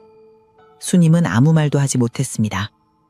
은서는 아직 그 말의 의미를 정확히 이해하지 못했지만 친구가 자기를 피하기 시작했다는 것은 알고 있었습니다. 형 명수가 차명호를 찾아왔습니다. 철물점 일을 마치고 저녁에 소주 한 병을 들고 왔습니다. 두 사람이 마루에 앉아 소주를 마셨습니다. 명수가 말했습니다. 명호야, 은서 데리고 이사해라. 이사요? 여기 있으면 애가 힘들어. 동네 사람들이 다 알아. 차명호가 소주잔을 내려놓으며 물었습니다. 이사 가면 달라져요? 명수가 대답하지 못했습니다. 이사를 가도 기록이 따라갔기 때문입니다. 전입신고를 하는 순간 새 동네의 동사무소에 사후관리 카드가 만들어질 것이었습니다. 삼천교육대는 입소로 끝나지 않았습니다. 순화교육, 근로봉사, 보호감호, 전과기록, 사후관리. 단계가 끝나도 다음 단계가 기다리고 있었고 마지막 단계가 끝나도 기록이 남았습니다. 한 전직 보안사령관의 사례가 이를 보여줍니다. 군사반란 이후 새 권력의 이의를 제기했다가 보복 연행되어 수차례에 걸쳐 순화교육을 받았습니다. 장성 출신도 예외가 아니었던 것입니다. 이 인물은 평생 후유증에 시달렸습니다. 전봇대 위에서 구리선을 잡던 25세 청년도, 군의 최고위급 장성도, 삼천교육대 앞에서는 같은 번호였습니다. 1983년 차명호와 수님 사이에 이혼 서류가 놓였습니다. 부산 어느 동사무소의 좁은 창고 앞이었습니다. 수님이 서류에 도장을 찍기 전에 차명호를 바라보며 말했습니다. 당신 잘못이 아닌 거 알아. 차명호는 고개를 숙이고 있었습니다. 근데 나는 더 이상 못하겠어. 밤마다 소리 지르는 것도, 일자리 잘리는 것도, 은서한테 감옥 간 아빠라고 하는 것도. 당신 잘못이 아닌 건 아는데 나는 이 생활을 못하겠어. 차명호는 고개를 들지 못했습니다. 수님의 말이 틀리지 않았기 때문입니다. 수님이 도장을 찍었습니다. 차명호도 도장을 찍었습니다. 딸 은서는 형 명수에게 맡겨졌습니다. 수님도 차명호도 은서를 제대로 키울 형편이 되지 않았습니다. 명수가 철물점을 하면서 은서의 밥을 먹이고 학교를 보내겠다고 했습니다.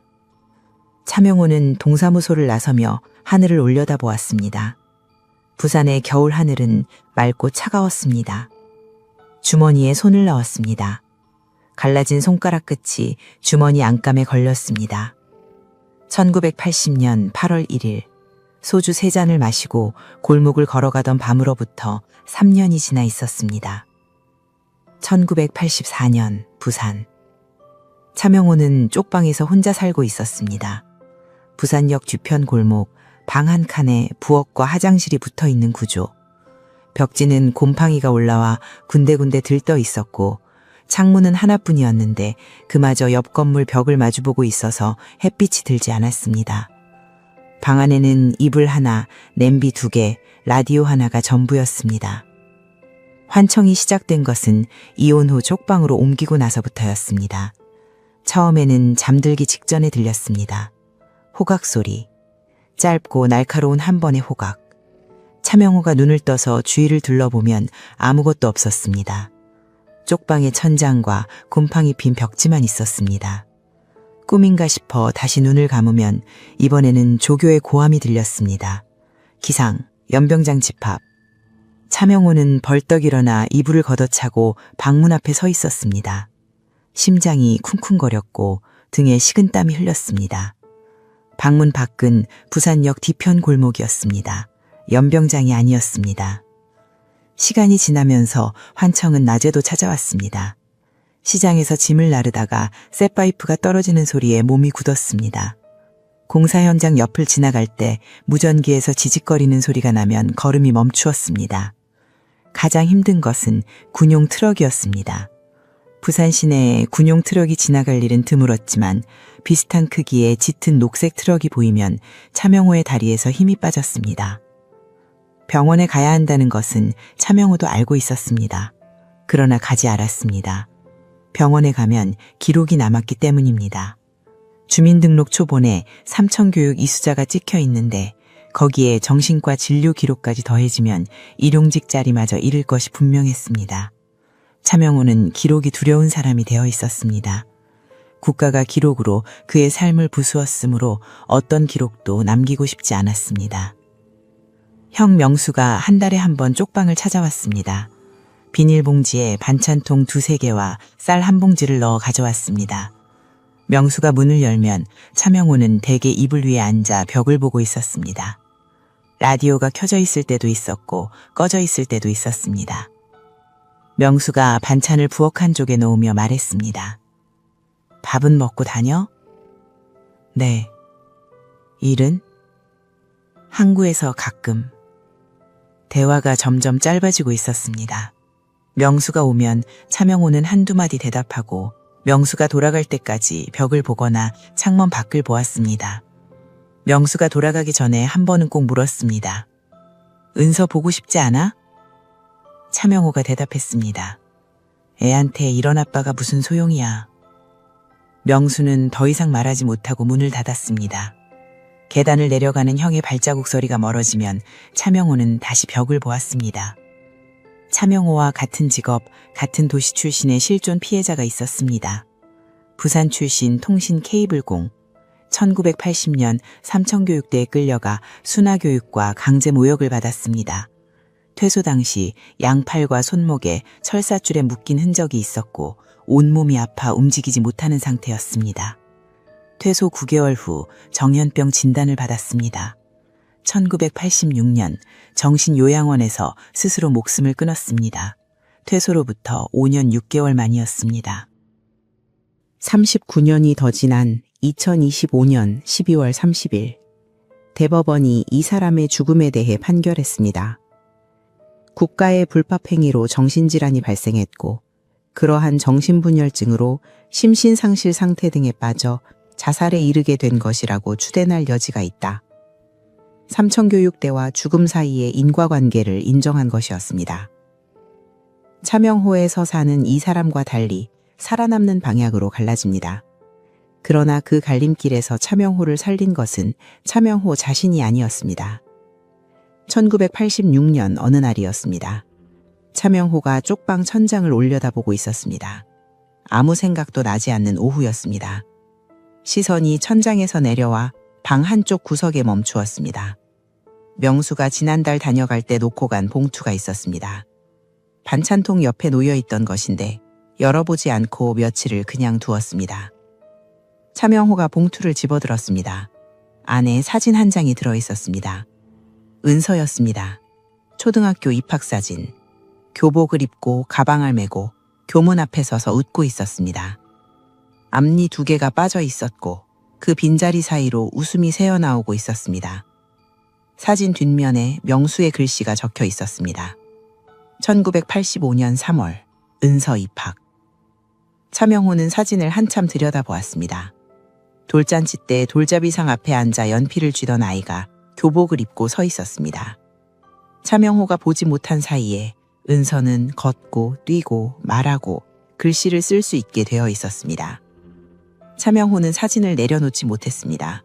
한참을 들여다보다가 베개 옆에 놓았습니다. 후유증으로 정신질환을 앓은 피해자는 2,700명 이상으로 추산됩니다. 후유증 사망 397명, 부상과 상해 2,768명에서 3,697명.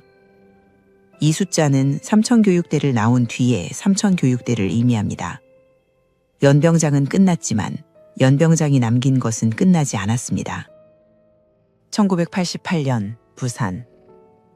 차명호는 부산역 근처 선술집에 앉아 있었습니다. 혼자였습니다. 소주 한 병을 시켜놓고 반찬도 시키지 않은 채 잔을 기울이고 있었습니다. 33살, 이혼한 지 5년. 일용직 현장을 전전하며 하루하루를 보내고 있었습니다. 선술집 벽에 걸린 TV에서 뉴스가 나오고 있었습니다. 국정감사 장면이었습니다. 여소야대 국회. 50비리특별위원회가 삼천교육대 가혹행위를 추궁하고 있었고 국방부 관계자가 답변석에 서 있었습니다. 앵커의 목소리가 선술집 안에 울렸습니다. 국방부는 오늘 국정감사에서 삼천교육대 순화교육과정 중 사망자가 54명이라고 보고했습니다. 차명우의 손이 소주잔 위에서 멈추었습니다. TV 화면에 삼천교육대라는 글자가 떠 있었습니다. 8년 만에 그 이름을 공공연하게 듣는 것이었습니다. 옆 테이블에 앉아있던 남자가 TV를 보며 동행에게 말했습니다. 저거 옛날에 깡패들 잡아간 거 아냐? 그런가? 깡패 아닌 사람도 잡아갔다더라? 에이, 설마 깡패 아니면 왜 잡아가? 차명호는 소주잔을 들어 한 모금 마셨습니다. 대답하지 않았습니다. 옆 테이블의 남자는 삼천교육대에 다녀온 사람이라는 것을 알 리 없었습니다. 차명호는 TV를 보지 않았습니다. 잔만 내려다보았습니다. 소주를 다 마신 뒤 가게를 나왔습니다. 같은 해 11월 대통령이 삼천교육 피해자에 대한 보상과 명예회복을 약속하는 특별 담화를 발표했습니다. 피해 사례 접수가 시작되었습니다. 접수된 숫자는 이러했습니다. 군부대 내 사망 52건, 후유증 사망 397명, 행방불명 4명, 부상과 상해 2,768명, 총 3,221명이 피해를 신고했습니다. 그러나 후속 조치는 부실했습니다. 약속은 약속으로 남았고 신고는 신고로 남았습니다. 보상금이 지급되지 않았고 명예가 회복되지 않았고 기록이 삭제되지 않았습니다. 차명호의 주민등록 초본에는 여전히 삼천교육 이수자가 찍혀 있었습니다. 1990년대 부산. 차명호는 항구 근처 건설 현장에서 일용직으로 일하고 있었습니다. 벽돌을 나르고 시멘트를 섞고 비계를 올리는 일. 어느 날 오후 현장 감독이 무전기를 들고 지나갔습니다. 무전기에서 지직거리는 소리가 났고 감독이 무전기 버튼을 누르며 말했습니다. 3번 구역 자재 올려보내. 그 순간 차명호의 몸이 굳었습니다. 손에 들고 있던 삽이 떨어졌습니다. 눈앞이 흐려지면서 연병장의 자갈이 보였습니다. 호각 소리가 들렸습니다. 1초, 2초, 3초. 옆에서 일하던 동료가 차명호의 어깨를 흔들었습니다. 아저씨, 괜찮아요? 차명호가 눈을 깜빡이며 현실로 돌아왔습니다. 아, 네, 괜찮습니다. 삽을 주워들고 다시 일을 시작했습니다. 10년이 지났는데도 몸이 기억하고 있었습니다. 2003년 부산. 차명호는 48이 되어 있었습니다. 쪽방은 여전했습니다. 다른 쪽방으로 2번 옮겼지만 크기와 구조는 비슷했습니다. 형 명수가 한 달에 한 번 반찬을 가져오는 것도 여전했습니다. 어느 날 명수에게서 전화가 왔습니다. 명호야, 보상 신청 받는데. 뭐요? 삼천교육대 국회에서 법이 통과됐대.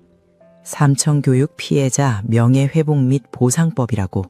보상금 신청하면 받을 수 있다더라? 차명호가 잠깐 침묵했다가 대답했습니다. 형, 나는 됐어. 왜? 돈 나온다는데. 거기 가서 내가 삼천교육대 갔다 왔다고 말해야 하잖아. 서류도 내야 하고. 서류 내면 사람들이 알게 되잖아. 명수가 말을 잃었습니다.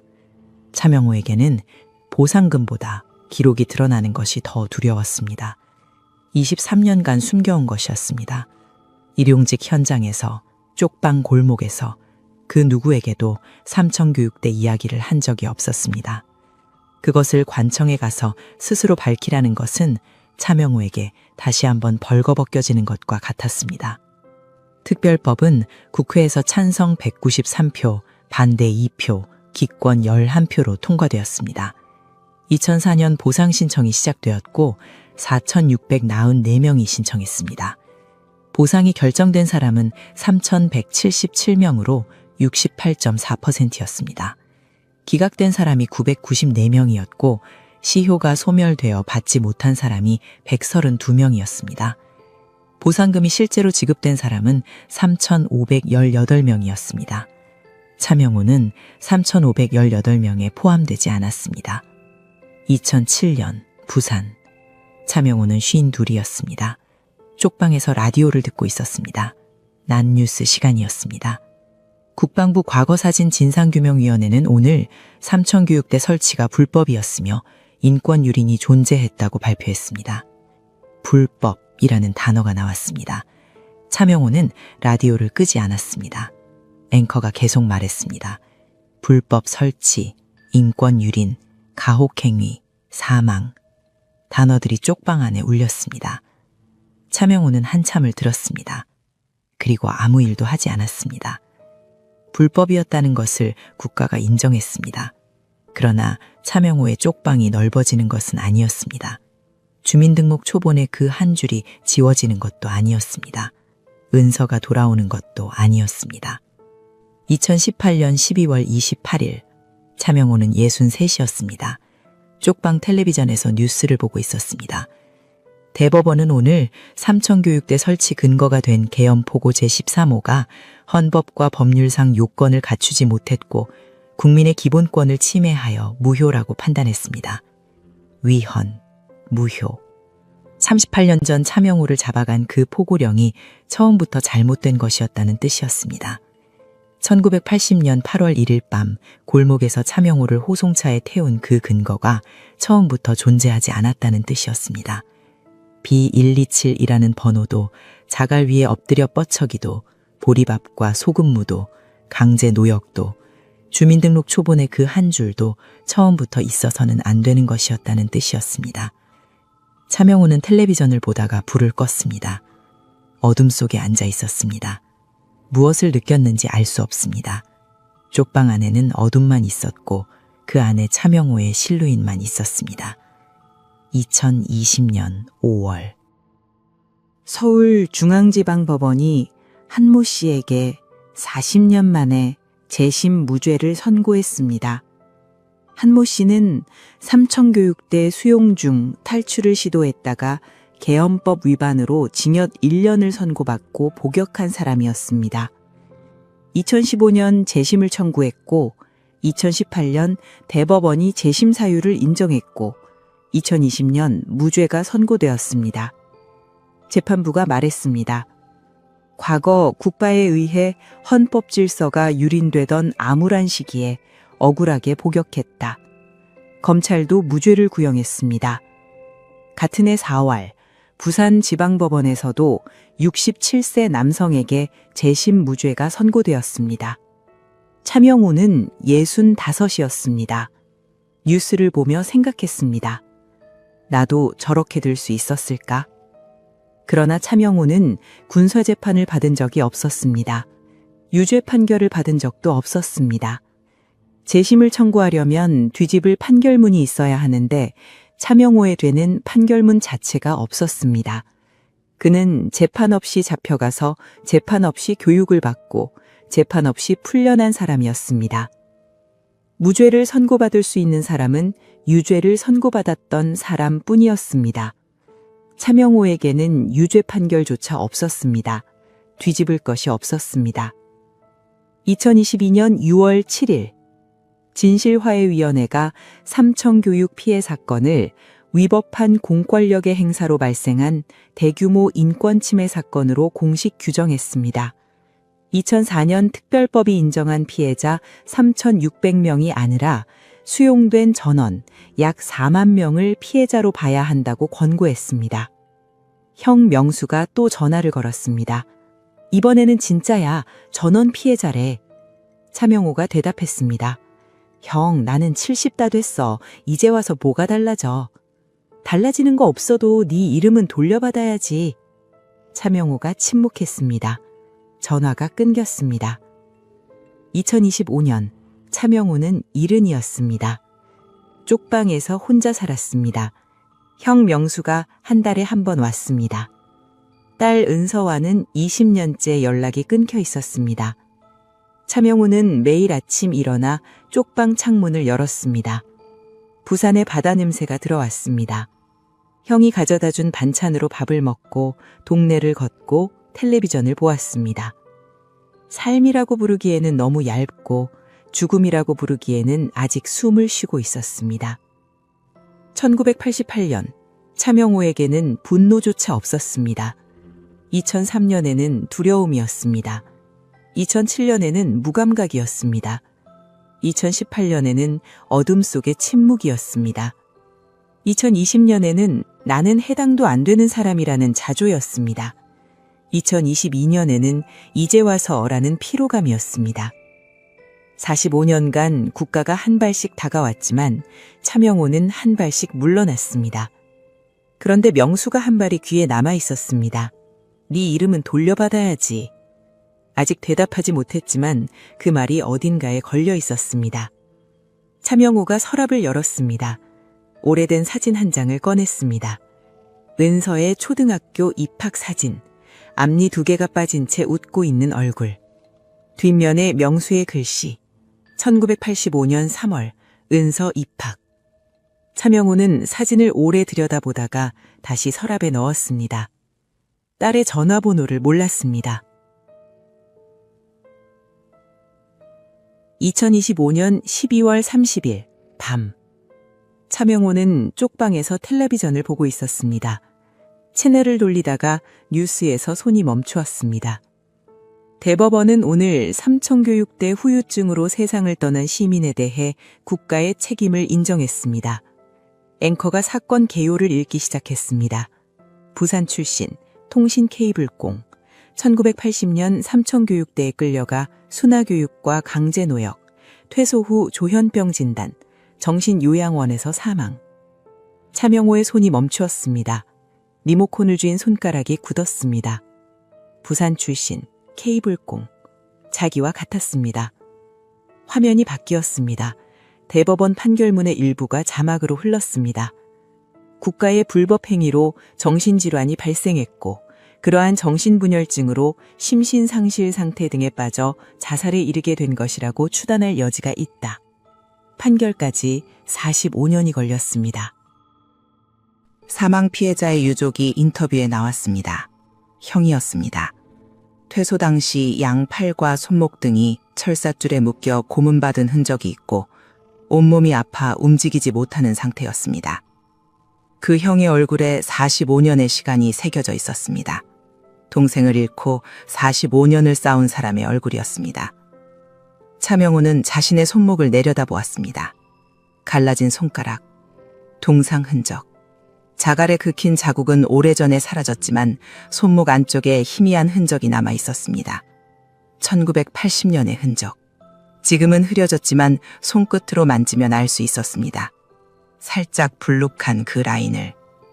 이 사람은 죽었고 차명호는 살아 있었습니다. 같은 도시, 같은 직업, 같은 교육대. 한 사람은 정신이 무너져 5년 6개월 뒤에 세상을 떠났고 다른 한 사람은 정신이 무너지면서도 45년을 버텼습니다. 그 차이가 무엇인지 차명호는 알지 못했습니다. 은서의 사진 때문일 수도 있고 형 명수의 반찬통 때문일 수도 있고 그냥 운이었을 수도 있습니다. 전화가 울렸습니다. 형 명수였습니다. 뉴스 봤어? 봤어. 법무부가 9월에 상소 다 취하했잖아. 너도 신청해. 뭘 돌려받겠다고. 돈이 아니야. 네 이름이야. 네 기록에 아직 삼청교육대가 남아있잖아. 차명호가 침묵했습니다. 명수가 말을 이었습니다. 은서가 너 찾더라. 차명호가 멈추었습니다. 너? 은서가 나한테 전화했어. 아빠 어디 사냐고. 번호 좀 알려달라고. 20년 만이었습니다. 은서가 마지막으로 차명호를 본 것은 27살 때였습니다.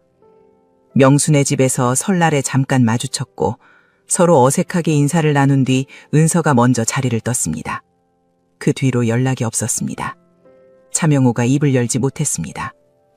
명수가 기다렸습니다. 전화기 너머로 차명호의 숨소리만 들렸습니다. 명수가 말했습니다.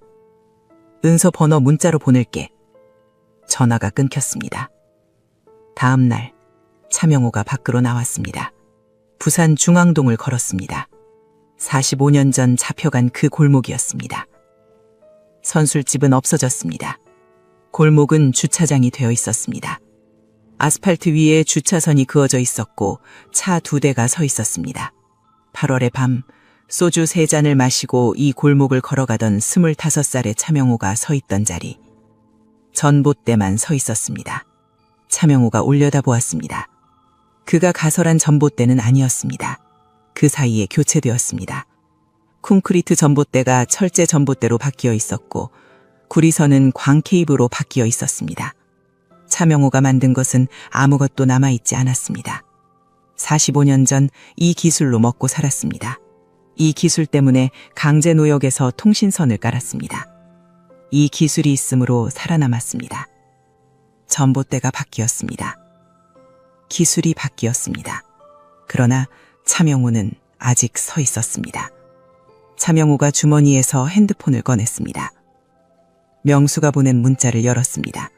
은서에 전화번호가 적혀 있었습니다. 차명호가 번호를 눌렀습니다. 1자리, 2자리, 3자리. 멈추었습니다. 은서에게 무슨 말을 할 것인가? 미안하다인가? 보고 싶었다인가? 아니면 아빠가 무슨 죄를 지었는지 아빠도 아직 모른다인가? 차명호는 전화를 걸지 않았습니다. 아직은.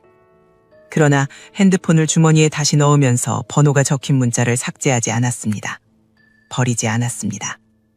1980년 8월 1일부터 1981년 1월 25일까지 대한민국 정부는 자국 국민 6만 7,055명을 영장 없이 체포했습니다.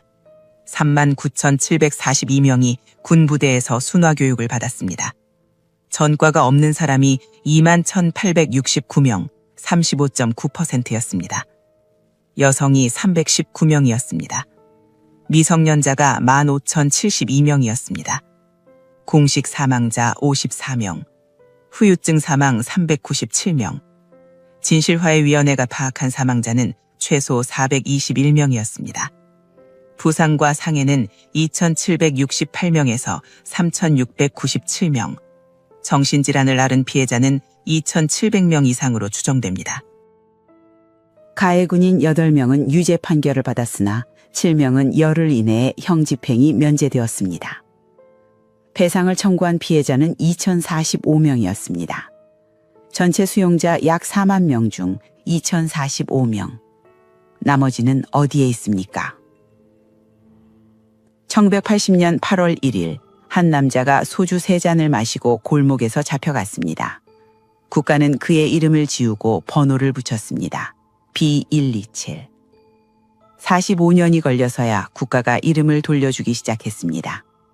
그러나 아직 돌려받지 못한 이름이 있습니다. 걸지 못한 전화가 있습니다.